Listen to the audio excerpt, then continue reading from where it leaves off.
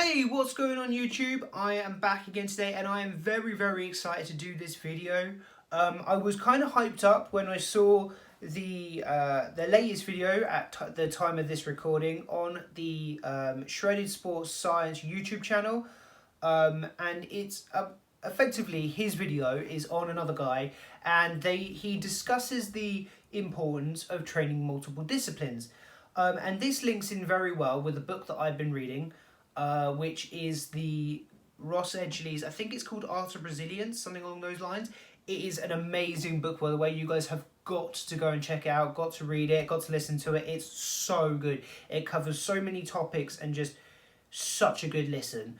But besides that, the massive thing that I wanted to talk about from the book was his view and his thoughts and the scientific information that he gives on adaptive energy, and how this links in to the questions and things that I got and what I want to discuss from the Shredded Sports Science video, where they're talking about training multiple disciplines. I'd also like to say, by the way, that I love Shredded Sports Science. If you ever want to do, if you ever want to do a collab, like maybe when I have more subscribers in like 10 years, I'm 100% down. I love that man's channel. The information that he gives out is always solid, always really good. And yeah, just 100%, he is such an amazing YouTuber, gives out really great information. But what I wanted to discuss is adaptive energy. So in the video that they are doing, they talk about how you should train multiple areas of fitness for you to be fit, for you to be healthy.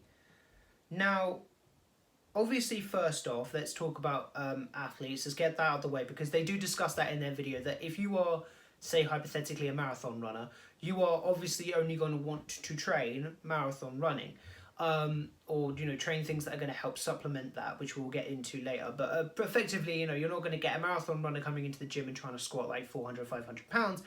Predominantly, they're going to be training running, how to steady state, how to continuously run and get that distance without fatiguing, and all this different stuff that goes into it. But that's what they're going to be training for, because that's how they make their money, that's their livelihood, that's the sport that they're in. They are professionals in those areas, and that's why they train one specific sport.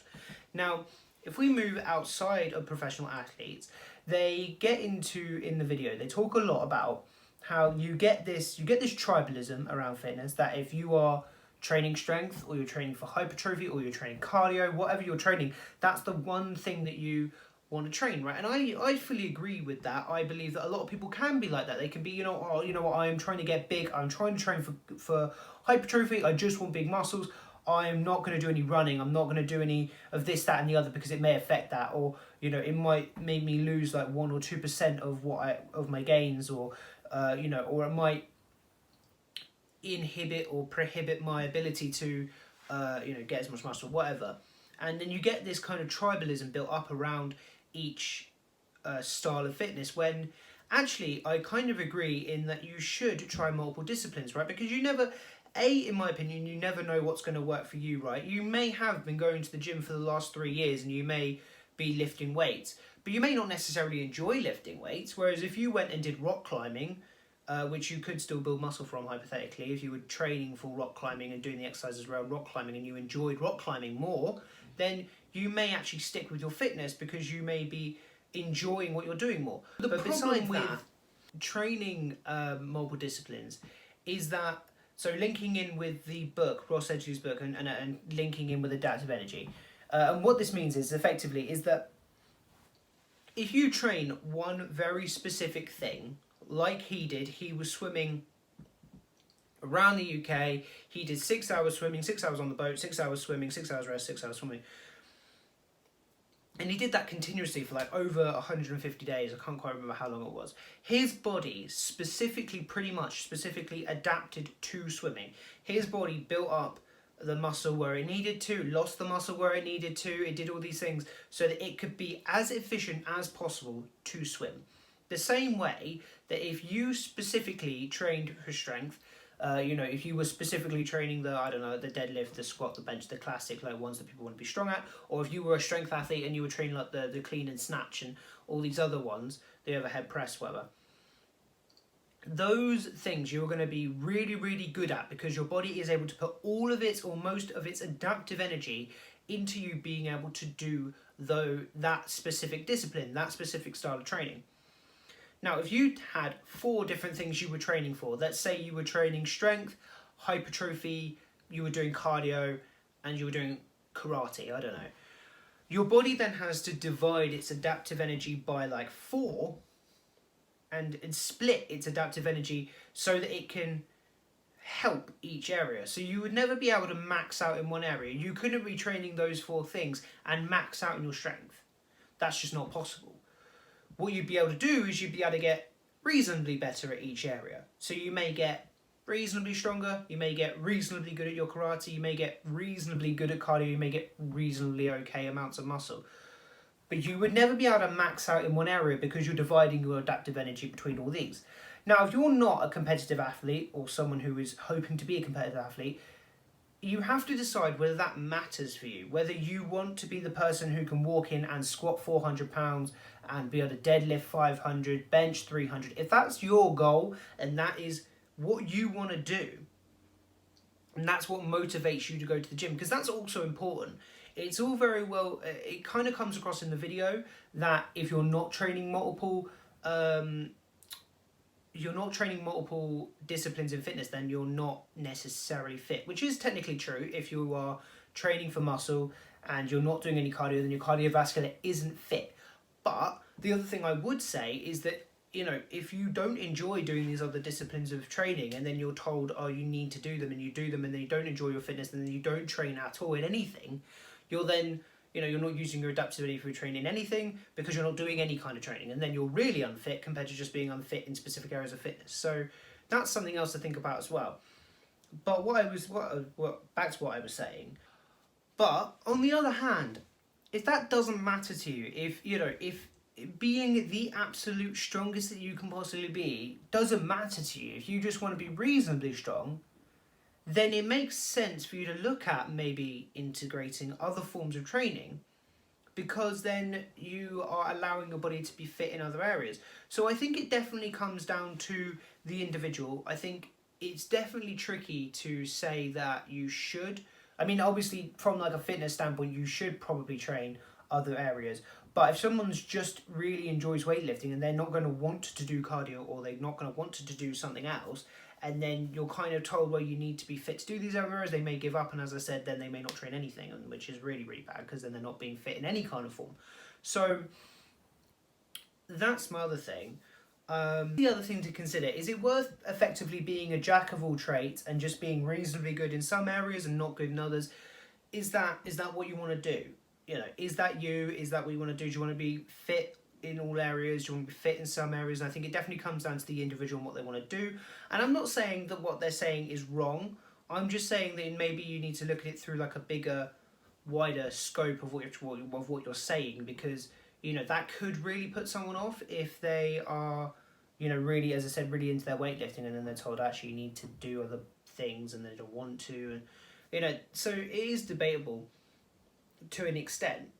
Now, the other thing to consider as well is how supplementary training works, which I think I touched on earlier on in the video. So we've talked about how if you had multiple areas of fitness and multiple disciplines and you were training for all of them, that you would only be able to adapt to so much from each area. Now, the difference between that and doing supplementary training is that your supplementary training is supposed to help your main discipline, right? It's supposed to support that one rather than being something that takes away some of your adaptive energy. It's supposed to help your adaptive energy with that other discipline. So some kind of example for this, and I think this is pretty much accurate. Let's hope so. This is going to be awkward. If you are really into being strong and you're really into, let's take hypertrophy, right? You're really trying to build your muscles. If you do supplementary cardio, so we're not talking like trying to run massive distances and things that would eat into your muscle stores and therefore would, you know, make you not as big, because obviously we're trying to just supplement our hypertrophy training and not trying to take away from it. If you do a little bit of cardio, so I do like 10, 15, 20 minutes cardio at the end of my sessions, or you could split it out and do your weight training and then do your cardio at the end of the day, or whatever you want to do. If you do some cardio, your cardio will supplement your ability to lift weights, because your blood and your circulatory and your circulatory, I think that's the word. You know, basically the system that circulates your blood around your body. The arteries and the veins and everything will be stronger and more efficient at pumping blood to the muscles. If your body is more efficient at getting blood to the muscles, then your body will be able to fight off fatigue, so fight off lactic acid buildup, because your body will be able to send more blood to that muscle to keep it going for longer. And if it can go for longer, then you'll be able to get that extra 1, 2, 3 reps, which would then supplement your ability to, you know, either do more weight or do more reps, because your body is better at fighting off fatigue. So that's the other thing to consider. And then obviously you've got to go into, well, how much cardio should I do to supplement this amount of weight training? And there are videos out there on that topic. It can be quite hard to find the balance.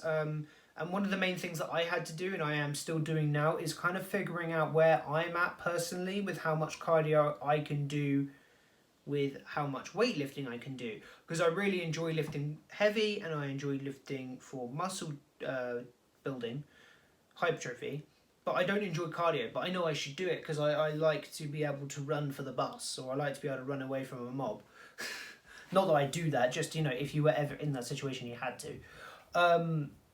So for me, doing some cardio is important. And in my opinion, the amount that I do doesn't really take away from my strength, because I've been keeping track of my strength and I've seen it continuously go up. So I know the amount I'm doing isn't affecting that, if that makes sense, or not affecting it to the extent that I am plateauing and not being able to do more of the strength training, right? So that's kind of, in my opinion, how you should look at it is, you know, when you're not sure how much cardio or how much of this, that, and the other you should be doing, maybe just start off doing small amounts. Start off doing 10 minutes at the end of your session, then move it up to 15. Maybe slow down, speed up, and over a long period of time figure out what is going to take away from your strength training the least, or is going to help supplement that training that you're doing, but still allows you to do some of the other stuff that's going to keep you healthy effectively. And that could be the other way around.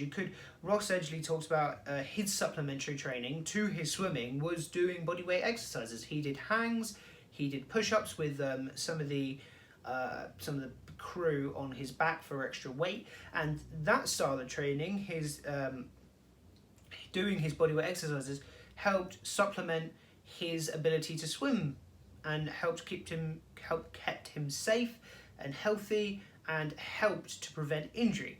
So supplementary training is not necessarily going to take away your adaptive energy for your other style of training. So that's just something to consider as well, is that you could train 2 disciplines or 3 disciplines maybe, and without them necessarily taking away from your main discipline.